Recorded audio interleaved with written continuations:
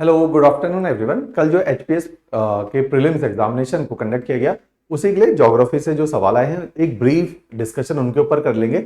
और उसी के साथ साथ जैसे दो सवाल ज्योग्राफी के अंदर मेरी नजर में वो हाईली डिस्प्यूटेड है। इन अ वे इट्स नॉट कि क्वेश्चन गलत है, ऑप्शंस कुछ बन नहीं रहे हैं। और कई बार मैंने कल जब उसको डिस्कस भी कल, तो क्योंकि मेरे पास वो वाला डोमेन नहीं था डिस्कशन का, इसलिए ये एक डिटेल वीडियो बना रहा हूं जिसमें आप ज्योग्राफी के सवालों को भी देखेंगे। और जो दो डिस्प्यूटेड क्वेश्चन है, क्योंकि एज अ रिप्रेजेंटेशन हम नहीं डाल सकते, एस्पिरेंट जो इस पेपर में अपेयर हो रहे हैं वही डाल सकते हैं, तो आपको विद प्रूफ में वो दे रहा हूं, उसी के साथ आप इसको रिप्रेजेंटेशन में यूज कर सकते हैं। ये डिटेल पीडीएफ फाइल भी हमारे टेलीग्राम ग्रुप के सिविल स्टेप हिमाचल के टेलीग्राम ग्रुप पे शेयर भी की जाएगी, है ना। एक एक क्वेश्चन को देखते हैं जो ज्योग्राफी में आए थे और जो डिस्प्यूटेड है उनको भी एक दफे देखेंगे। देखिए, एक सवाल आया था जो कि हमारे पास सेट था, उसमें ये पहला सवाल ही था, Atacama is a coastal desert. बिल्कुल ठीक है ना, हम लोग पढ़ते ही, आप लोगों ने पढ़ाई है पेरू में। रब अल खली कोल्ड डेजर्ट नहीं है, मैं कई बार पढ़ाता हूं। Rub al Khali is the largest continuous hot desert. Sahara is the largest hot desert but it is not continuous, तो Rub al Khali is the largest continuous hot desert. तो पहली statement correct है, second जो है incorrect है। तो हमारे पास option is B, Sahara desert annually receive more than 50 centimetre of rainfall. अब हर कोई अलग अलग डेजर्ट की तो आप याद करोगे नहीं, लॉजिक लगाओगे। तो आप क्या करोगे कि जब हम पढ़ते ही हैं क्लाइमेटिक क्लासिफिकेशन में कि desert receives less than 25 centimetre rainfall, तो बड़ा स्वाभाविक है कि सारा डेजर्ट 50 सेंटीमीटर तो रेनफॉल नहीं रिसीव कर रहा होगा। Cold desert have a temperature of 2 to 25 degree annual temperature. बिल्कुल ठीक है। जैसे अब लेह है, लेह कोल्ड डेजर्ट है, लेकिन लेह में गर्मियों में दिन के टाइम पे आप टेम्परेचर देखो बहुत ज्यादा रहता है ना, तो इसलिए जो कोल्ड डेजर्ट होते हैं उनकी टेम्परेचर रेंज काफी ज्यादा होती है, हाई टेम्परेचर रेंज होती है। ये स्टेटमेंट बिल्कुल ठीक है, तो 1 and 4 is a correct statement, right. तो ये मैं थोड़ा सा आपको एक्सप्लेनेशन के साथ बता रहा हूं। इस क्वेश्चन को बहुत ज्यादा है ना डिस्कस करने का कोई फायदा नहीं, फैक्चुअल नेचर का क्वेश्चन है। ये सारी हाई पीक्स हैं और देयर रिस्पेक्टिव जो है माउंटेन सिस्टम की है, कि गुड़शिखर, अरावलीज की, धूपगढ़, सतपुड़ा की है। तो ये आसान सवाल था, ए इसका जो है राइट ऑप्शन निकल के आता है।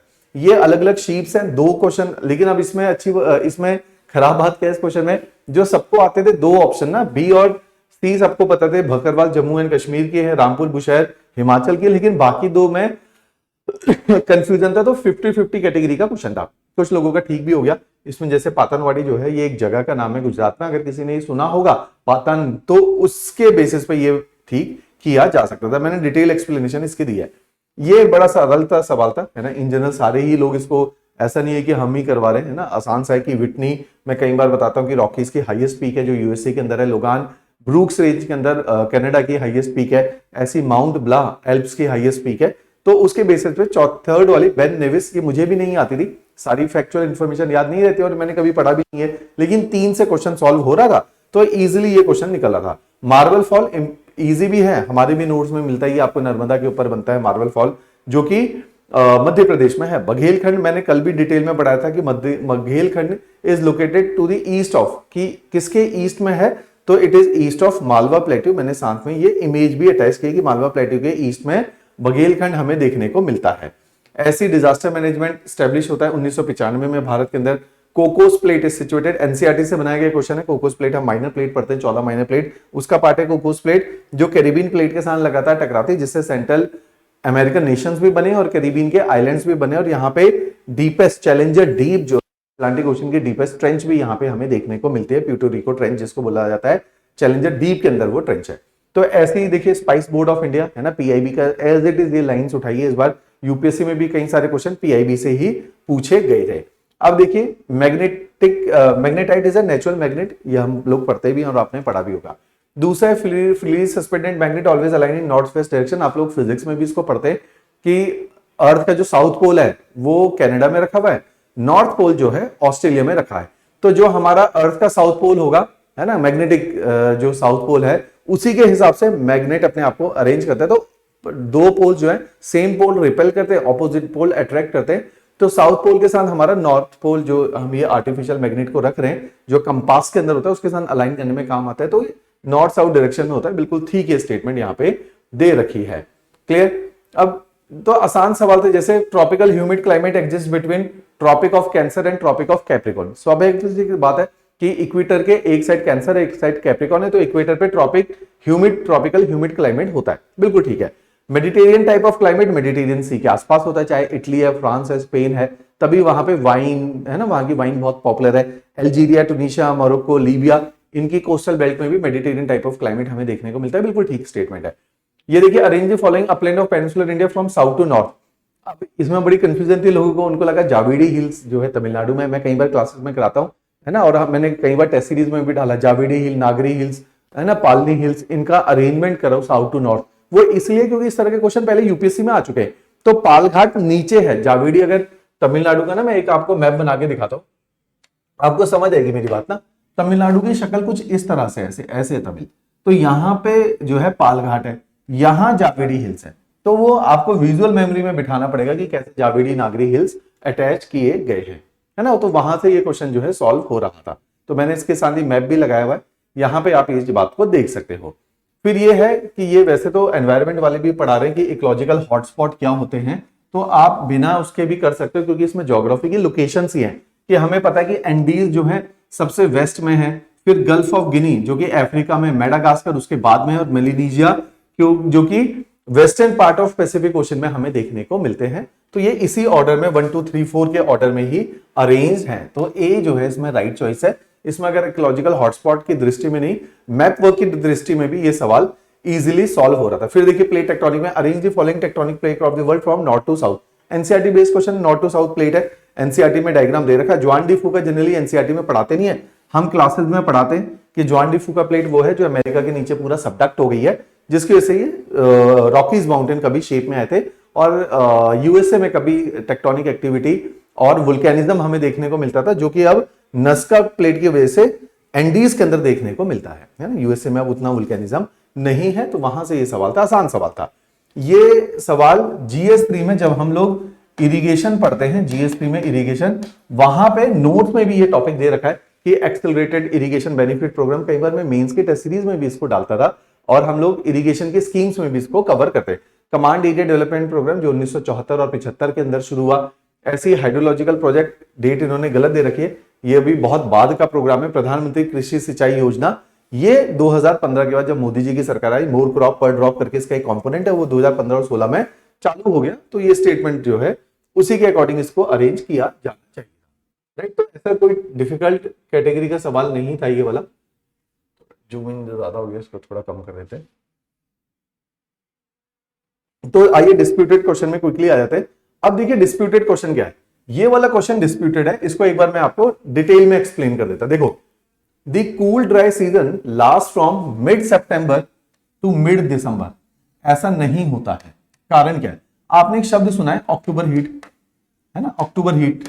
जब हीट वर्ड यूज कर रहे हो आप मिड सितंबर ऑनवर्ड टिल मिड अक्टूबर, तो वो तो कूल सीजन कभी भी नहीं होता। और अगर पूरे आप भारत का मैप देखोगे, सितंबर पे टाइम पे अगर आप देखोगे sun is over the equator, तो जो पेनिनसुलर इंडिया है it is still under the direct radiation from the sun. Peninsular India में डे टाइम टेम्परेचर उस टाइम भी 30 डिग्री सेल्सियस के आसपास ही चल रहा है। तो कौन सी सर्दी है जिसमें 30 डिग्री सेल्सियस टेम्परेचर चलता है? और कौन सी किताब में आज तक ऐसा लिखा गया है कि भारत के अंदर कूल ड्राइनेस समझ आता है? क्योंकि रीट्रीटिंग मानसून है ना, इस टाइम पे land to water air travel कर रही है, तो ड्राइनेस है। लेकिन कूल वर्ड यूज नहीं हो सकता कभी भी, है ना। कूल वर्ड हमेशा, चाहे एनसीईआरटी है, किसी भी टेक्स्ट को, किसी भी लिटरेचर को, किसी को भी पढ़ लो, तो मिड नवंबर ऑनवर्ड भारत के अंदर शीत ऋतु का आगमन होता है। तो हमने एनसीईआरटी के मैंने स्नाइपेट भी डाले। ये क्वेश्चन आप इजीली चैलेंज कर सकते हो। ये स्टेटमेंट एब्सोल्युटली इनकरेक्ट है। सेकंड स्टेटमेंट बिल्कुल करेक्ट है, 2 करेक्ट स्टेटमेंट है। Third, Coromandel coast receive more than 90% of its rainfall during summer season, नहीं हो सकता है। कोरोमंडल कोस्ट वो कोस्ट है जो रिट्रीटिंग मानसून के टाइम पे, जहां पे ये रहा कोरोमंडल कोस्ट, जहां पे बारिश होती है। तो यहां पे बारिश केवल जाड़ों के टाइम पे अधिक होती है। 75% बारिश जाड़ों में होती है, 25% बारिश गर्मियों में होती है। तो ये स्टेटमेंट बिल्कुल गलत है कि समर्स में 90% रेनफॉल होती है। October and November month represented a primary rainy season in Kerala. नहीं, केरला में आजकल का ही महीना है, जून से लेके जुलाई लिखते हैं, जून से लेके अगस्त में सबसे ज्यादा बारिश होती है। और लास्ट ईयर आपको पता ही है जो लैंडस्लाइड हुआ है वायनाड डिस्ट्रिक्ट में, जहां के राहुल गांधी जी एमपी हैं, वहां पे पिछले साल लैंडस्लाइड हुआ है। आज से 7-8 साल पहले फिर लैंडस्लाइड जो है केरला में हुआ है इसी सीजन के अंदर। तो ये स्टेटमेंट भी गलत है। तो हमारे पास सही स्टेटमेंट केवल 2 है, ये कोई ऑप्शन ही नहीं पड़ रहा। तो सारे 2 के कॉम्बिनेशन में, तो कहीं पर भी अब ऐसा बिल्कुल आपने नहीं सोचना कि वन स्टेटमेंट 1 और 2 बन रहा है तो अननेसेसरी इसको करेक्ट कर देते हैं जस्ट फॉर दी सेक की कॉम्बिनेशन बन रहा है। नहीं, आंसर ऐसे नहीं होगा। अगर ये गलत है तो ये गलत है, जस्ट फॉर दी सेक की 1 और 2 ऑप्शन में दे रखा है और आप जबरदस्ती उसको सही कर दो। कमीशन से ऑल्दो मेरी तो कोई अपेक्षा ही नहीं कमीशन से, कि बहुत बड़ी बात नहीं कि कमीशन इसको सही मान लेगा, लेकिन इट हैज नो एविडेंसेस और नो क्लूज, तो आप इसको इजीली एनसीईआरटी का मैंने स्नाइपर डाला है, इसके बेसिस पे चैलेंज कर सकते हो बहुत इजीली। आप डाल सकते हो कि एनसीईआरटी बोलती है विंटर सीजन जनवरी से फरवरी में ही होता है, आप इस चीज को लिख सकते हो। आप देखोगे सितंबर में साउथ वेस्ट मानसून और रेनी सीजन चल रहा है, नॉर्थ वेस्ट मानसून सीजन चल रहा है अक्टूबर दिसंबर में, तो September even October are largely a warm season है ना। अक्टूबर हीट के साथ मैंने आपको रिलेट करके भी बताया, तो कभी भी कूल सीजन अक्टूबर को या सितंबर को नहीं कंसीडर किया जाएगा। Average temperature in September and October is high, है ना, वो डाउन नहीं जाता है, तो वहां कूल सीजन नहीं आ सकता बिल्कुल भी। उसके साथ साथ मैंने हिंदी के ही कुछ हमारे नाम होते हैं, जैसे शरद ऋतु जो है वो सितंबर अक्टूबर की होती है। Sharad is never related with this winters, right, तो कूल सीजन के साथ नहीं कर सकते, सितंबर एंड अक्टूबर के साथ कूल सीजन एसोसिएट नहीं किया जा सकता। हेमंत ऐसा सीजन होता है जिसमें हम कहते हैं सर्दियां आनी शुरू हो गई है। हेमंत और शिशिर केवल दो ही भारत के अंदर ये ऋतुएं हैं which could be associated with winters, otherwise कोई भी नहीं। क्लियर? चलिए एक और क्वेश्चन जो डिस्प्यूटेड है, देखिए 98 क्वेश्चन था हमारे वाले सेट में। Soil is an important form of life, बिल्कुल ठीक बात है, गलत कुछ नहीं है। Removal of land surface by ice is known as erosion, ये स्टेटमेंट करेक्ट है। किसी भी तरीके से रिमूवल हो जाए, चाहे वो आइस है, चाहे वो विंड है, चाहे वो वाटर है, कोई भी एजेंट अगर मिट्टी को रिमूव करता है that will be considered as erosion. Erosion is the process which is driven by host of factors, तो ये स्टेटमेंट गलत नहीं है, बिल्कुल ठीक है। Clay and loamy soil is used for making pot, ये स्टेटमेंट भी ठीक है कि अगर केवल चिकनी मिट्टी के घड़े बनाओगे तो जो मिट्टी के जो घड़े के अंदर ड्रेनेज की फैसिलिटी है जिसमें इवोपरेशन होती है वो नहीं होगी।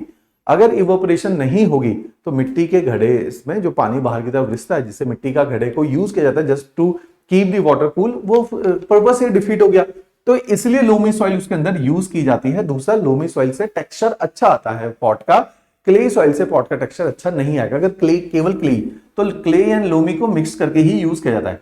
Clay soil is used to grow cotton, बिल्कुल ठीक है, हमारे महाराष्ट्र के अंदर, कर्नाटका के अंदर यही सॉइल है जिसमें, इवन गुजरात के अंदर यही वो ब्लैक कॉटन सॉइल है जिसमें कॉटन की प्रोडक्शन होती है। तो चारों स्टेटमेंट ठीक है, इसके हिसाब से कोई आंसर दे ही नहीं रखा चारों स्टेटमेंट के, है ना, तो सबके दो दो के कॉम्बिनेशन है, इसलिए दो क्वेश्चन आप इजीली चैलेंज कर सकते हो, 97 एंड 98 एक्सप्लेनेशन दे सकते हो, यहाँ पे ये एग्जांपल दे सकते हो। तो कमीशन ने अभी कोई आंसर की इसके ऊपर नहीं दी है, उसके हिसाब से हम लोग चीजों को देख सकते हैं। क्लियर है बात? तो मेरी नजर में दो क्वेश्चन है जो डिस्प्यूटेबल है, इनको आप लोग चैलेंज कर सकते हो। ये पीडीएफ डिस्क्रिप्शन में आपको टेलीग्राम में हमारी मिल जाएगी, नीचे लिंक टेलीग्राम का डिस्क्रिप्शन में रखा है, राइट। चलिए, थैंक यू।